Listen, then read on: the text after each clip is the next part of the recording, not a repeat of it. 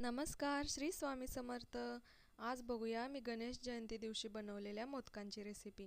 कढईमध्ये 1 चमचाभर तूप गरम करून त्यामध्ये किसलेलं खोबरं टाकून घ्यायचं. खोबरं छान खरपूस भाजून झालं की त्यामध्ये आपल्या आवडीनुसार चिरलेला सेंद्रिय गूळ टाकून घ्यायचा. खोबरं आणि गूळ छान मिक्स करून घ्यायचं. याचा गोळा तयार झाला की त्यामध्ये आपल्या आवडीनुसार ड्रायफ्रूट्स टाकून घ्यायचे. ड्रायफ्रूट्स पण त्यामध्ये छान असे मिक्स करून घ्यायचे. सारण तयार झालं की त्यामध्ये एक अर्धा चमचा वेलदोड्याची पावडर टाकून घ्यायची आणि परत ते छान असं हलवून घ्यायचं. सगळ्यात शेवटी त्यामध्ये चिमूटभर मीठ टाकून घ्यायचं.